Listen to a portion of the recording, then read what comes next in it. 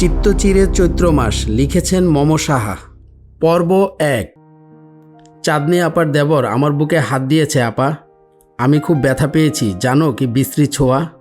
৫ বছর বয়সী ছোট্ট বোনের মুখে এমন একটি বিশ্রী কথা শুনতেই শরীরটা শিরশির করে কেঁপে উঠল চিত্রার।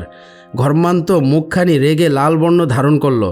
বোনের দিকে দৃষ্টি দিতেই দেখল ছোট্ট মেয়েটি ভয়ে কেমন গুটিসুটি মেরে আছে। তাড়াতাড়ি বোনকে নিজের দুহাতের আজলায় আগলে নিল সে। হতবম্ব কণ্ঠে বলল, দেখি তো আমার চেরি সোনা, জামাটা একটু সরাও, আপা একটু দেখি। সবচেয়ে নিকটতম ভরসার স্থান পেয়ে বাচ্চাটি নির্দ্বিধায় জামা সরালো। জামাটি সরাতেই আটকে উঠল চিত্রা। কেমন লাল হয়ে গেছে মেয়েটার সাদা ধবধবে চামড়াটা। কি ভীষণ বিশ্রীভাবেই না ছুঁয়েছে এতটুকু বাচ্চাকে।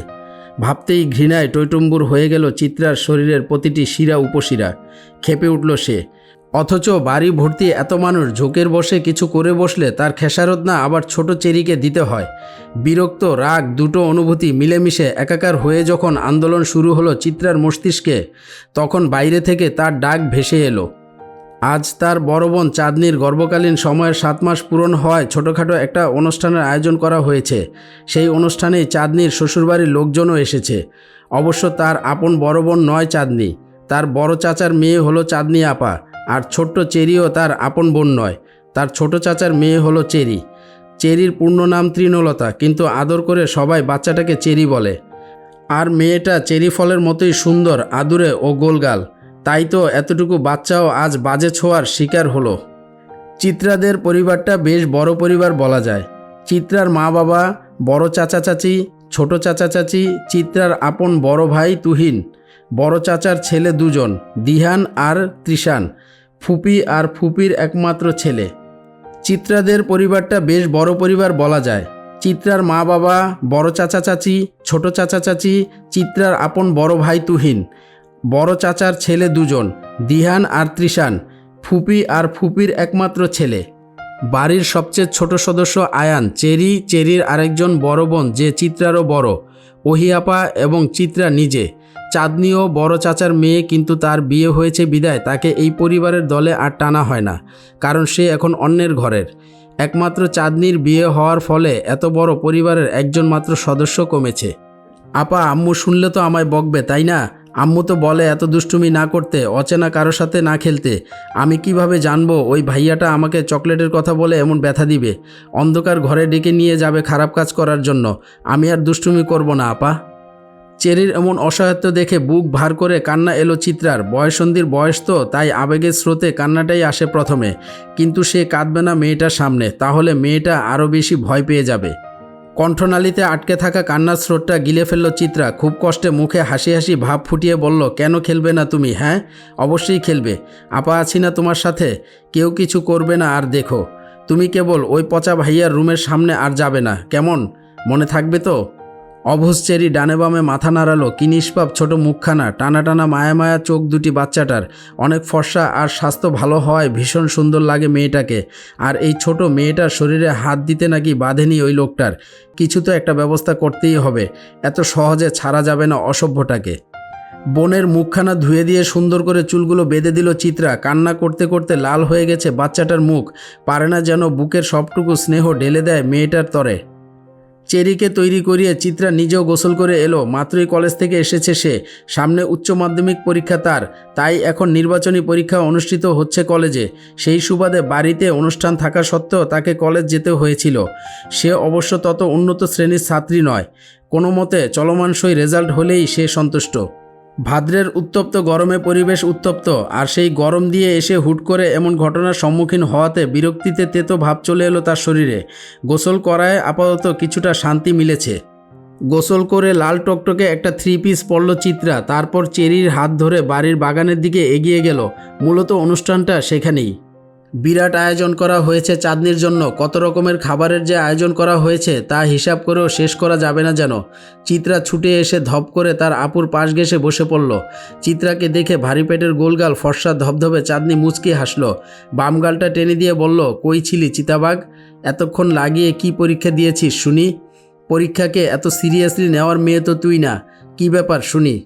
বড় আপার দিকে আর চোখে তাকিয়ে মুখ বাঁকালো চিত্রা। বেশ ভাব নিয়েই বলল, তোমার মতন জজ ব্যারিস্টার হওয়ার মতন ছাত্রী হয়তো না, তাই বলে পাশমার্ক তুলব না? বাবাকে তো চেনো, ফেল করার অপরাধে আবার জেলে না দিয়ে দেয়। নিজের ক্ষমতার যে দাপট দেখায় সে। কথাটা বলেই হাসল চিত্রা। মেয়েটা তার বাবাকে বেশ ভয় পায়। একমাত্র নিজের বাবাকে ছাড়া পুরো পৃথিবীকে উত্ত্যক্ত করার ক্ষমতা তার আছে। বাবার সাথে তার যে শীতল একটা যুদ্ধ প্রতিনিয়ত হয় তা সবারই জানা আছে। তবুও নিজের বাবাকে তো আর এমন কথা বলা শোভা পায় না। সেই জন্যই চাঁদনি চোখ রাঙালো, ছোট ধমক দিয়ে বলল, এমন বলে না চিতাবাঘ, তুই না ভদ্র মেয়ে?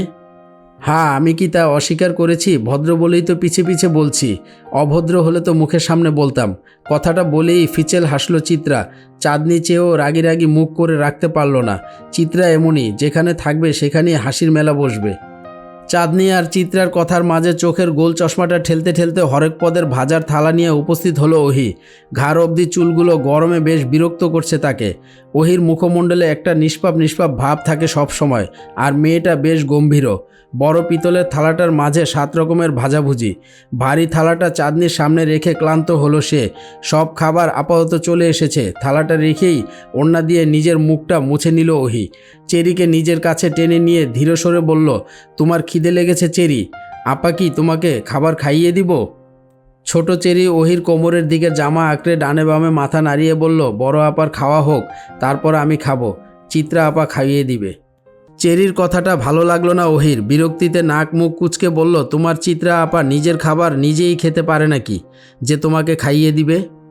ওহির কথায় মুখ ভেঙচি কাটল চিত্রা। চেরির দিকে তাকিয়ে মুখ ফুলিয়ে বলল, তোমার মেজো আপা অনেক খেতে পারে বুঝলে, তাই তো এমন লাঠিল্লাহান শুকনা। এই চিত্রা, কেমন ভাষার ব্যবহার করছিস বাড়িতে? তোর সাথে থেকে চেরিও এসব শিখবে। ওহির নাকমুখ ছিটকানো কথায় ফিক করে হেসে দিল চিত্রা। হাসতে হাসতেই বলল, ছোট আপা তুমি তো শিক্ষক হবে তাই না? তোমার সাথে পারফেক্ট মানাবে সেই পেশা। এখনই তোমার মাঝে একটা মাস্টারনি মাস্টারনি ভাব আছে। সমস্যা নাই, তুমি আমাদের দিয়ে প্রথম প্র্যাকটিসটা করতে পারো, আমরা মাইন্ড করব না।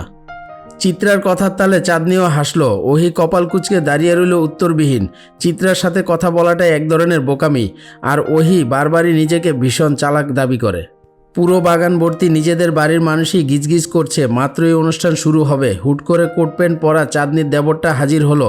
ধপ করে বসে পড়ল চিত্রার পাশে। তাকে দেখেই গুটিয়ে গেল ছোট চেরি। চিত্রাও হাসি হাসি মুখে অমানিসার ছায়া দেখা দিল। মুখ আধার করেই সে চাঁদনির পাশ থেকে উঠে গিয়ে চেরির সাথে দাঁড়ালো।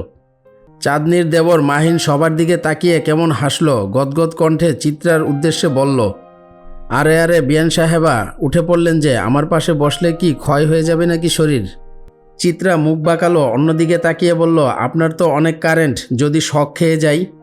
চিত্রার এহেন কথায় চাঁদনি কোনো রকমে নিজের হাসি মুখটা বজায় রাখলো। বোনের এমন ভঙ্গির কথা তার যে ততটা পছন্দ হয়নি সেটা প্রকাশ না করার আপ্রাণ চেষ্টা চালালো ভিতরে ভিতরে। চিত্রার বড় ভাই তুহিন এগিয়ে এলো বোনেদের দিকে। বেশ গম্ভীর সুরে বলল, চিত্রা যা তো একটু ছাদে, ছাদের মরিচ গাছ থেকে কালো কালো কয়েকটা মরিচ তুলে আন। জানিস না চাঁদনিটা মরিচের ঘ্রাণ পেলেই খুশি হয়ে যায়, যা নিয়ে আয়। ভাইজান, বড় আপার পেটের ছোট বাবুটা ঝাল খেতে পারবে? চেরির প্রশ্নে হাসল তুহিন। মাথায় আদুরে হাত বুলিয়ে বলল, হ্যাঁ খেতে পারবে চেরি, ও তো খুব সাহসী বাবু, তাই পারবে। ঝাল না খেলে বড় হবে কিভাবে? ঝাল না খেলে বড় হওয়া যায় না বুঝি? এই জন্যই কি বাহার ভাই এত ঝাল খায়? তাই তো বলি বাহার ভাই এত বড় কেন? তুহিন মিষ্টি হেসে চেরির গাল টেনে দিল, অতঃপর চোখের ইশারায় চিত্রাকে মরিচ আনা তাগিদা দিল। যেই না চিত্রা যেতে নিবে তন্মধ্যেই চিত্রার বড় চাচি হাজির হয়। ব্যতিব্যস্ত কণ্ঠে বললেন, আহা দুপুর হয়ে এলো যে, অনুষ্ঠান শুরু করতে হবে। চিত্রা মা যা তো, বাহারকে ডেকে আন। এক দৌড়ে যাবি আবার এক দৌড়ে আসবি, যা। চিত্রা মাথা দুলিয়ে ছুট লাগালো ছাদের দিকে। তবে যাওয়ার আগে চেরিকে ছোট আপার সাথে থাকার নির্দেশ দিয়ে গেল ভীষণ সাবধানে। ছাদে টুকটাক সবজি গাছের পাশাপাশি অনেক রকমের ফুল গাছ অবস্থিত। বিভিন্ন ধরনের ফুল সংগ্রহ করাই যেন চিত্রার কাজ। তার ভীষণ ভালো লাগে এ কাজ করতে। তাই তো ছাদে প্রবেশ করার সাথে সাথেই পা বাড়ালো ফুল গাছগুলোর দিকে। কয়েকদিন আগে 3টি নতুন ফুলের চারা গাছ লাগিয়েছিল। আজ সবগুলোই কি সুন্দর হাসি হাসি ফুটন্ত মুখ দেখা যাচ্ছে। চিত্রা মুগ্ধতা সামলাতে না পেরে পত্রলেখা, মৌসন্ধ্যা আর রঙ্গন ফুলের গাছ থেকে একটা একটা করে ফুল ছিঁড়ে নিল। এই ফুলের গাছগুলো ততটা সহজলভ্য নয়। কিছুদিন আগে যখন সে এই 3টা ফুল গাছের জন্য হা হুতাশ করছিল, তখনই ছাদে দেখা যায় এই ফুলের গাছ। চিত্রা জানে ভাইজান বা বড় চাচা ছাড়া কেউ এই কাজ করবে না, কারণ তারা দুজনই চিত্রার সকল আবদার পূরণ করার জন্য সর্বদা সচেষ্ট থাকে। আর চিত্রার আবদারটাও যেন তাদের কাছেই। আনমনে ফুলগুলো মাথায় গুজতেই পিছন থেকে ভরাট পুরুষালী কণ্ঠ ভেসে এলো, এই মেয়ে ফুল ছিঁড়ছ কেন? গাছের ফুল গাছেই শোভা পায়, তাকে ছিঁড়ে নিজের চুলে গোজার মধ্যে কোনো মহত্ব নেই। কপাল কুঁচকে ঝেড়ে ফেলে বলল, গাছটা কি আপনার? আপনার তো না। গাছটা কি তোমার? তোমারও তো নয়। গাছটা বর্তমানে যেখানে অবস্থানরত, যে মাটির উপর দাঁড়িয়ে আছে, গাছটা এখন তার। লোকটা যে বারবারই যুক্তিতে পারদর্শী চিত্রা তা জানে, তাই গম্ভীর মানবকে বিব্রত বোধ করাতে কুটিল হেসে বলল, আপনিও তো আমার বাড়িতে অবস্থান করেছেন, তাহলে আপনি কি আমার?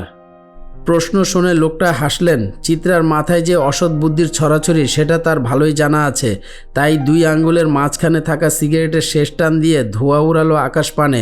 উড়িয়ে কেমন সতর্ক কণ্ঠে বললেন, আমায় জ্বালাতে এসো না মেয়ে, নিজেই জ্বলে যাবে। চিত্রা মুখ ভেঙচি কাটল, গোমরা মুখে বলল, নিচে আপনার অনুষ্ঠান শুরুর পর্যায়ে, আপনাকে ডাকছে বড় চাচি। আমি গিয়ে কি করব? তোমার আপা কিভাবে এত খাবার খায় সেটা দেখব? চিত্রার পারদে পারদে বিরক্তির ভাব বাড়ল। মরিচ গাছের দিকে যেতে যেতে বলল, একদম আপনার গা ছাড়া ভাব আমায় দেখাবেন না। যেতে মন চাইলে যাবেন, না হয় যাবেন না। অনুষ্ঠান তো আর আমার না যে আপনার হাতে পায়ে ধরে নিয়ে যাব। আর তাছাড়া আপনি তো সবসময় বাসায় থাকেন না, আজ আছেন বলেই ডাকছে। আমি গেলে তো আপনার হিটলার বাপ নাক মুখ কুচকাবে। যাই, একটু ওনার শিরার উপশিরার বিরক্তি ছড়িয়ে আসি। চিত্রা আর কোনো উত্তর দিল না। মরিচ গাছের দিকে এগিয়ে গেল সে। লোকটার বাউন্ডুলে ছন্নছাড়া ভাবটা ঠিক পছন্দ না তার। বাবা মেয়ের এইদিকে ভীষণ মিল, দুজনেই এই ছেলেকে দেখতে পারে না।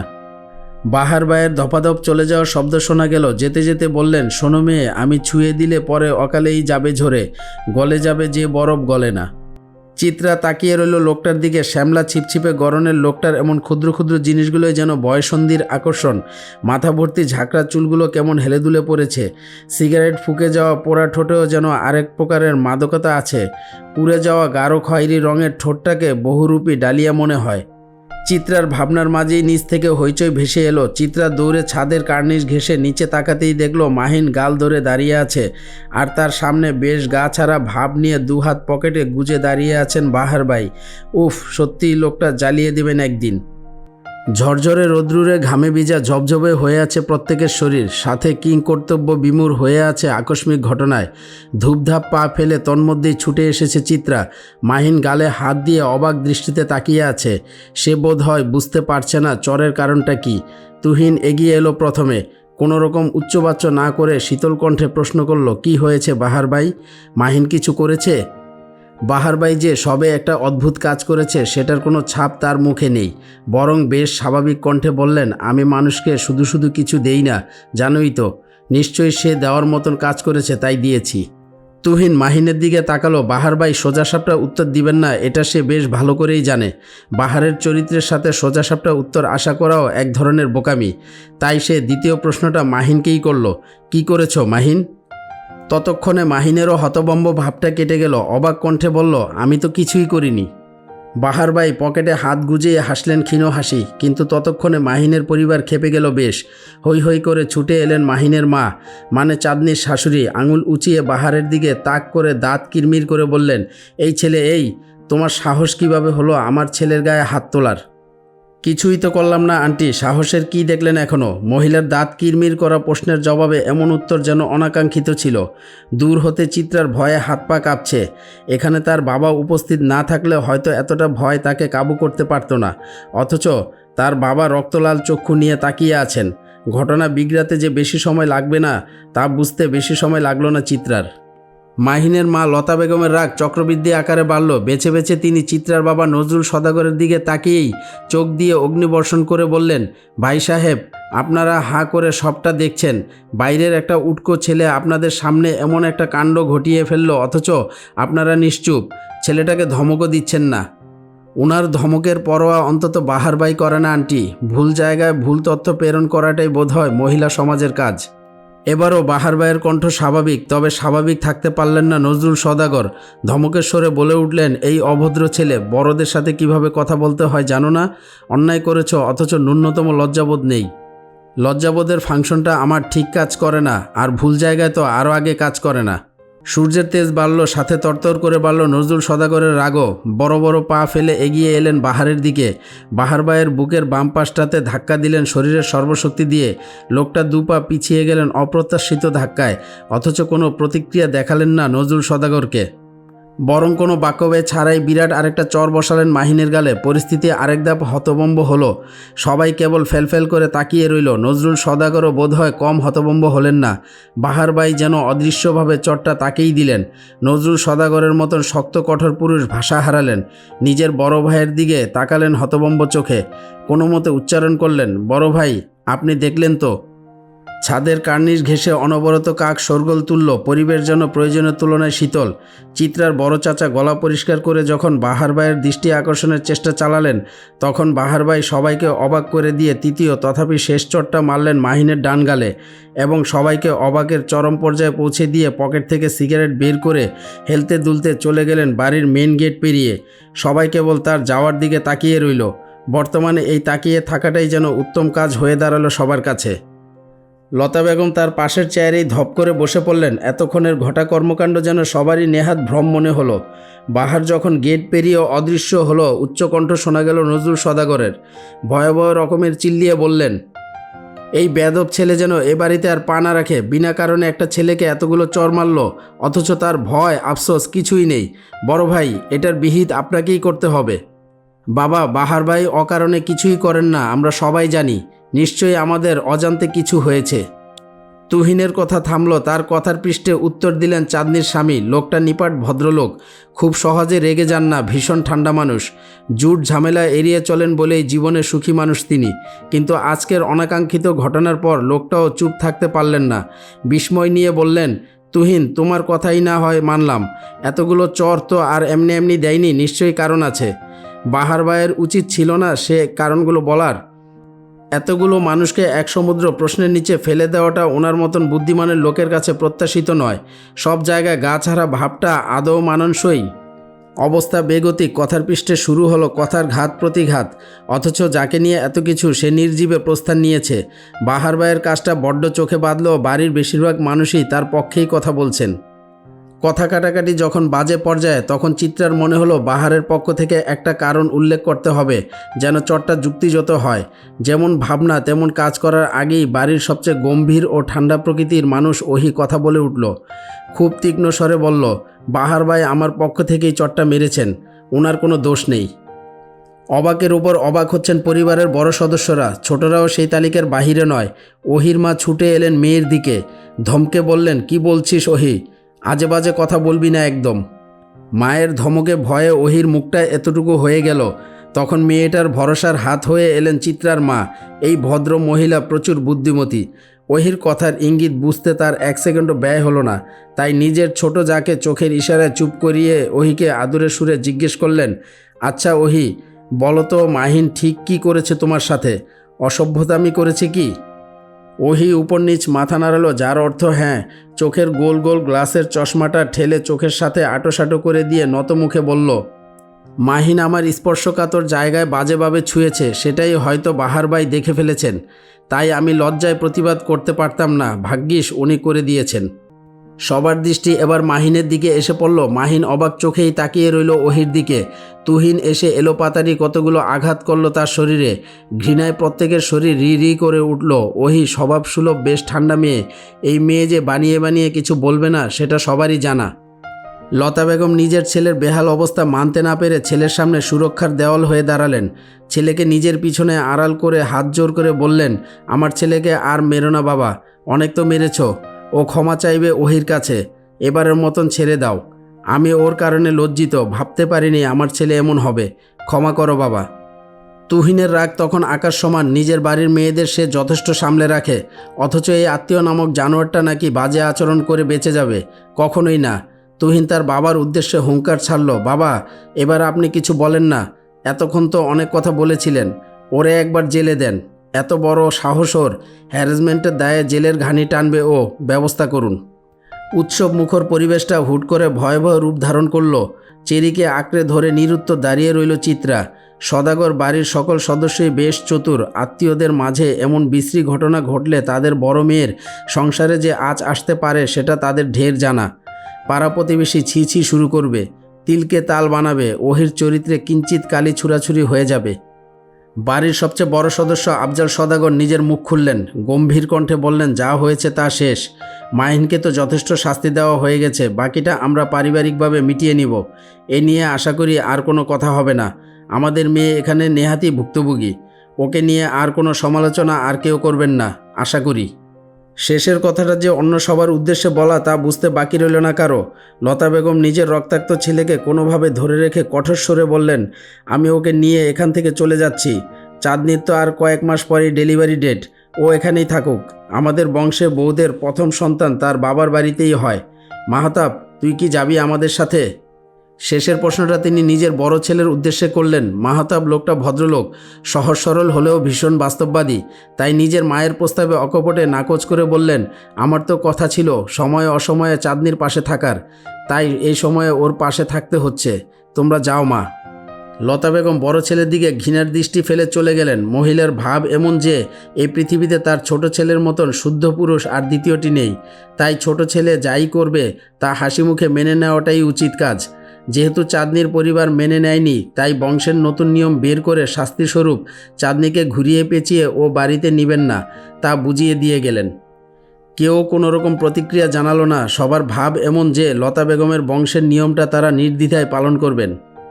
যখন বড়দের কথোপকথন চলছিল, মাহিন ধীরকণ্ঠে ওহিকে বলছিল, আপনাকে তো আমি ছুঁইনি ওহি, তবে এবার নিশ্চয়ই ছুঁয়ে দেব। এমনভাবে ছোবো যেন নিজেকে দেখে নিজে লজ্জা পান। ওহি নিরুত্তর ছিল, ভাব এমন যে সে কথাখানা শুনেইনি। মাহিন আর তার মা চলে যেতেই আরেক দফা ক্ষমা চাইলেন মাহতাব। ভাইয়ের কর্মকাণ্ডে যে তিনি লজ্জিত সেটা তার আচরণেই প্রকাশ পেল। সবটুকু ঘটনায় চাঁদনি ভরকে গেছে। সংসারটা ভাঙতে বসলো ভেবেই ভয়ে কাঁপল তার মন। বাঙালি নারীদের কাছে তো আবার সংসারই সব, ধ্যান জ্ঞান বেঁচে থাকা। দুপুর গড়িয়ে বিকেল হলো, বিকেল গড়িয়ে সন্ধ্যা। বাড়ির পরিবেশটা খানিকটা থমথমে, যে যার মতন নিজেদের ঘরে আছে। অন্য দিনের মতন হইচই নেই, হাসি তামাশা নেই। আকাশ যখন কমলা রং ছেড়ে কালো রঙে নিমজ্জিত হলো, ছাদ থেকে ভেসে এলো তখন গিটারের টুংটাং শব্দ। চিত্রার বয়সন্ধিকালের মন খারাপের আবেশটা হাওয়ায় মিলিয়ে গেল হুট করেই। গিটার তো বাহার ভাই মাঝরাতে বাজান, তাও মাঝে মাঝে। আজ এমন একটা দিনে এ সময়ে গিটার বাজাচ্ছেন কেন? পরক্ষণেই মনে পড়ল আজ বাবা বাড়িতে। তার বাবাকে বিরক্ত করা বাহার ভাইয়ের সবচেয়ে পছন্দের কাজ। ভেবেই অমনিতেই তার দীর্ঘশ্বাস বেরিয়ে এলো। বাহার ভাই তাদের বাড়িতে এসেছেন আজ 1 বছর প্রায়। কোনো আত্মীয়তা নেই লোকটার সাথে, কেবলই দিহান আর ত্রিশানের শিক্ষক হয়েই এ বাড়িতে খুঁটি গেড়েছেন তিনি। গত বছর যখন দিহান আর ত্রিশান ভাইয়ার উচ্চ মাধ্যমিক পরীক্ষা সামনে, তখন চারপাশে ভালো শিক্ষকের খোঁজ চলল। অতঃপর একদিন হুট করেই বড় চাচা বাহার ভাইকে নিয়ে এলেন। কঠোর গাছাড়া ভাবের এই বাহার ভাইয়ের কড়া শাসন আর পরিশ্রমে দুজনেই দারুণ রেজাল্ট করলো। বাহার ভাই বর্তমানে ইংলিশে মাস্টার্স পড়ছেন পাবলিক ইউনিভার্সিটিতে। ছাত্র হিসেবে ভীষণ মেধাবী হওয়ায় তিনি এ বাড়ির সকলের মন পেয়ে যান। অবশ্য অনেকটা গাছাড়া ভাব আছে বিদায় চিত্রা আর তার বাবা বাহার ভাইকে পছন্দ করেন না। চিত্রাদের পরিবারের সবচেয়ে বড় সন্তান তুহিন, সে সবার বড়। বড় চাচার তখন সন্তান ছিল না, কিন্তু তুহিন ভাইজান হওয়ার পর বড় চাচার ঘর আলো করে চাঁদনি আপা এলো। এরপর বড় চাচির ঘরে যমজ হলো ত্রিশান ও দিহান। বর্তমানে ত্রিশান ভাই আর দিহান ভাইকে পড়ানোর সাহায্য করার পাশাপাশি চেরি আর আয়ানকেও পড়ান বাহার ভাই। এলাকায় মোটামুটি বাহার ভাইয়ের একটা পরিচিতি আছে, কারণ তিনি সবাইকে বেশ সাহায্য করেন। নানান রকম কথা ভাবতে ভাবতে ছাদের দিকে পা বাড়ালো চিত্রা। বাহার ভাই তো আজ দুপুরে খাননি, এখন খাবেন কিনা জিজ্ঞেস করতেই ছাদের দিকে পা বাড়ালো। ছাদের চিলকোঠার ঘরেই বাহার ভাই থাকেন। থাকার খরচ না দিলেও খাবার খরচ বাহার ভাই দিয়ে থাকেন। তার এক কথা, অন্যের থালায় খেয়ে খোটা কামাতে পারবেন না। ছাদের দরজার সামনে আসতেই অস্বচ্ছ গিটারের শব্দটা তুমুল হলো। বাহার ভাইয়ের গলা ছেড়ে গানের শব্দ এলো। রক্তের সাথে মানুষগুলো করে বেইমানি, স্বার্থের কারণে মানুষ হয় হারামি। আবার চলার পথে সুখ দুঃখে পর আপন হয়, আমি শুধু আমার আপন, কথা মিথ্যে নয়। চিত্রা মনোযোগ দিয়ে তাকালো মানুষটার দিকে। হাঁটু অবধি প্যান্ট পরা, ফুটপাতের খুব সস্তার একটা ছাইরাঙা পাতলা টি শার্ট গায়ে, চুলগুলো এলোমেলো এবং সাথে সিক্ত, বোধহয় গোসল করেছেন। মানুষটার বেলা অবেলায় উদ্ভট কাজ করার শখ। তন্মধ্যেই গান থামিয়ে সিগারেট ধরালেন বাহার ভাই। পরিবেশ তখন নিশ্চুপ প্রায়। এর মাঝেই ধপাধপ পা ফেলে কে যেন ছাদের দিকে আসছে। মনে হতেই দরজার আড়ালে লুকালো চিত্রা। ভাবছিল মা চাচির মধ্যে কেউ এসেছেন, কিন্তু চিত্রাকে অবাক করে দিয়ে ওহি হাজির হলো। হাতে তার ঢেকে রাখা থালা। চিত্রা ফেলফেল নয়নে তাকিয়ে রইল। ওহি আপা কিনা খাবার এনেছে, এক গ্লাস পানি খায় না যে, সে নাকি আজকাল বাহারের জন্য খাবার আনছে। ওহি চুলগুলো দোলাতে দোলাতে ছাদে পা রাখতেই হাঁপ ছেড়ে বাঁচল চিত্রা। তারপর বাহার ভাইয়ের মতন করে আনমনেই বলল, শোনো মেয়ে, বাহার ভাই ছুঁয়ে দিলে পরে অকালেই যাবে জোরে, গলে যাবে যে বরফ গলে না। চিত্রার গান থামতেই ছাদ থেকে হাসির শব্দ ভেসে এলো। পরক্ষণেই বাহার ভাইয়ের কণ্ঠে ভেসে এলো, চিন্তা নেই মেয়ে, কারো একদিন হব, কারো এক রাত হব, এর বেশি রুচি কারো হবে না। চিত্রার চোখ অবাকে বড় বড় হয়ে গেল। তার গান কি তবে বাহার ভাই শুনে ফেলল? বাহার ভাইয়ের হুট করে অদ্ভুত গানের কারণে হাঁ করে রইল ওহি। বিস্মিত কণ্ঠে বলল, আপনি কাকে মিন করে গানটা গাইলেন? বাহার ভাই আধারে ঢাকা সিঁড়ির দিকে একবার পলক ঝাপটা দিয়ে তাকালেন, অতঃপর কিছু হয়নি এমন ভাব করে আকাশের পানে তাকিয়ে রইলেন। ওহি জানে বাহার ভাই এত সহজে উত্তর দেওয়ার পাত্র নন। তাকে প্রশ্ন করাটা নেহাত বোকামি, আর ওহির মতন চালাক মেয়ে বোকামি করা সাজে না। তাই গলা পরিষ্কার করে কথা ঘুরানোর প্রচেষ্টা চালিয়ে ওহি বলল, আপনার জন্য খাবার এনেছিলাম, সারাদিন তো না খাওয়া আপনি। ওহির কথা থামতে দেরি, অথচ বাহার ভাইয়ের পিছনে ঘুরে তীক্ষ্ণ দৃষ্টি ফেলতে দেরি নেই। বিদ্যুতের বেগে পিছনে তাকিয়েছেন, এক সেকেন্ডও ব্যয় না করে। বাহার ভাইয়ের দৃষ্টি ওহিকে খানিকটা ভরকে দিল। মেয়েটা বোকা বোকা হাসি দিয়ে আমতা আমতা করে বলল, আমি না, মেজমা পাঠিয়েছে। বাহার ভাই ওহিকে পা থেকে মাথা অবধি একবার পরখ করে নিলেন, অতঃপর ঠোঁটের ভাঁজে থাকা সিগারেটের মাঝে দুটো টান দিয়ে ধোঁয়া উড়িয়ে দিলেন আকাশে। খুব গম্ভীর কণ্ঠে বললেন, মিথ্যে কেন বলেছিলে? তোমাকে তো মাহিন কিছু করেনি। ওহির স্থির হাত দুটো কেঁপে উঠল। সেই কাপা হাতেই খাবার প্লেটটা ধরে রেখে আছে বহু কষ্টে। বাহার ভাই সেই কাপা হাতের দিকে দৃষ্টি দিলেন, অতঃপর কণ্ঠ সামান্য উঁচু করে আধারে নিমজ্জিত সিঁড়ির পানে তাকিয়ে হাঁক ছাড়লেন, এই মেয়ে, এখানে আসো তো একটু। চিত্রা এতক্ষণ সব কিছু আড়ালে দাঁড়িয়ে শুনছিল। আকস্মিক ডাকে সে ভীত হলো। ধরা পড়ে যাওয়ায় লজ্জাও পেল, তবুও সে জায়গা থেকে 1 ইঞ্চিও নড়ল না। বাহার ভাই অধৈর্য হলেন, বিরক্তও হলেন কিঞ্চিত। সম্পূর্ণ ঘটনায় বোকা বনে রইলেন ওহি। অবাক কণ্ঠে বলল, ওখানে কেউ নেই তো? বাহার ভাই ওহির কথায় তেমন পাত্তা দিলেন বলে মনে হলো না। কণ্ঠের জোর বাড়ালেন, বিরক্তির সহিত অধৈর্য কণ্ঠে বললেন, রঙ্গন ফুল কানে গুজে রাখা রঙ্গনা, তোমাকেই বলছি, এখানে আসো। চিত্রা এবার পুরোপুরি বুঝতে পারল বাহার ভাই তাকে ডাকছেন। ইস, এমন লুকিয়ে কথা শুনতে গিয়ে ধরা পড়ে যাওয়ার মতন লজ্জা যেন আর হয় না। এখানে বেশিক্ষণ দাঁড়িয়ে থাকলে লজ্জার পাল্লা বাড়বে, বই যেন কমবে না, তা চিত্রার বেশ জানা আছে। তাই ধীর পায়ে দরজা পেরিয়ে ওহিদের কাছে গিয়ে দাঁড়ালো। ওহি অবাক হলো চিত্রাকে দেখে। সে যে এখানে মোটেও চিত্রাকে আশা করেনি, সেই কথা ছড়িয়ে গেল তার চোখ মুখ জুড়ে। ফেলফেল নয়নে চিত্রার পানে তাকিয়ে আকাশ সমান বিস্ময় নিয়ে প্রশ্ন ছুড়ল, তুই এখানে? লজ্জায় চঞ্চল চিত্রা কিছুটা নেতিয়ে গেল। মুখটা ছাদের খড়খড়ে ছাইরাঙা উঁচু নিচু ফ্লোরে নিবদ্ধ করে ধীরকণ্ঠে বলল, আমি তো বাহার ভাইয়ের কাছে এসেছিলাম, সে খাবে কিনা জিজ্ঞেস করতে। ছোট চাচি তো আমাকে পাঠালো। ওহি ভ্রু কুচকে কেমন দৃষ্টিতে যেন কতক্ষণ তাকালো চিত্রার দিকে, অতপর ঘাড় অবধি চুলগুলো বাতাসে উড়িয়ে বলল, অথচ আম্মু বিকেলে চাঁদনি আপাকে নিয়ে চেক আপ করতে গেছে। আমি যতটুকু জানি সে এখনও ফিরেনি। তাহলে? একে তো লুকিয়ে এসে ধরা পড়ে গিয়েছে, তার উপর মিথ্যাটাও যুক্তিহীন হয়ে যাওয়ায় চিত্রার লজ্জায় মাথা নত করতে করতে চিবুক ঠেকল গলদেশে। ওহি হাসল, প্রায় খোঁচা মেরেই বলল, সব ধরনের খারাপ অভ্যাস তো আয়ত্তে ছিল, এখন কি আড়ি পেতে কথা শোনার অভ্যাসটাও রপ্ত করতে চাচ্ছিস? সবটা সহ্য করতে পারলো ওহি আপার খোঁচাটা সহ্য করতে পারল না চিত্রা। চোখ টইটুম্বুর হয়ে দেখা দিল অশ্রুর স্রোত। ঠোঁট কাঁপিয়ে কিছু বলার আগেই বাহার ভাইয়ের ভারী কণ্ঠ ভেসে এলো, ঝগড়া করার হলে তোমরা নিচে গিয়ে ঝগড়া করতে পারো। বিনা কারণে একমাত্র মহিলা জাতি বোধহয় এত কথা খরচ করতে পারে। কথা কাটাকাটি থেমে গেল, চুপ হলো প্রকৃতি। চিত্রা নাক টেনে গিলে ফেলল কান্না। বাহার ভাই এবার চিত্রার দিকে তাকালেন, স্বাভাবিক কণ্ঠে বললেন, চেরির মতন বাচ্চা মেয়ের সাথে খারাপ ঘটনা ঘটেছে, অথচ তুমি সেটা জেনেও কিভাবে হজম করলে? অদ্ভুত।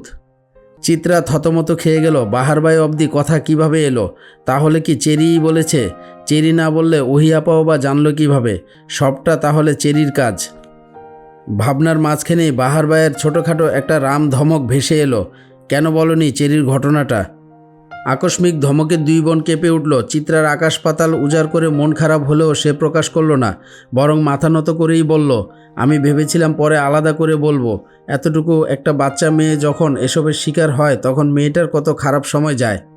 আর যদি সে সময় সমাজের মানুষ তিলকে তাল বানিয়ে দিত তাহলে বাচ্চাটার উপর দিয়ে কী যেত ভেবেছেন? এজন্যই আমি বলিনি। এবার বাহার ভাই দ্বিতীয় প্রশ্নটা ছুড়লেন ওহির উদ্দেশ্যে। তুমি কেন মিথ্যা বলেছ? নিশ্চয়ই চিত্রার বলা কারণটার জন্য, তাই না? ওহি মাথা উপর নিচ করে সম্মতি প্রদান করলো। বাহার ভাই তপ্ত একটা শ্বাস ফেলে ঘুরে ছাদের কার্নিশ ঘেঁষে দাঁড়ালেন। অথচ বয়সন্ধির চিত্রা তখন মনের ভিতর অবাকের সাম্রাজ্য নিয়ে অথৈ জলে প্রায় ডুবন্ত অবস্থায়। বাহার ভাই আর ওহিয়াপা অবধি খবরটা কিভাবে গেল না জানা অবধি যেন মাথা ঠান্ডা হলো না তার। মনের এই তুমুল উত্তেজনা নিয়েই আড়ষ্ট কণ্ঠে প্রশ্ন তুলল চিত্রা, আপনারা সবটা জানলেন কিভাবে বাহার ভাই?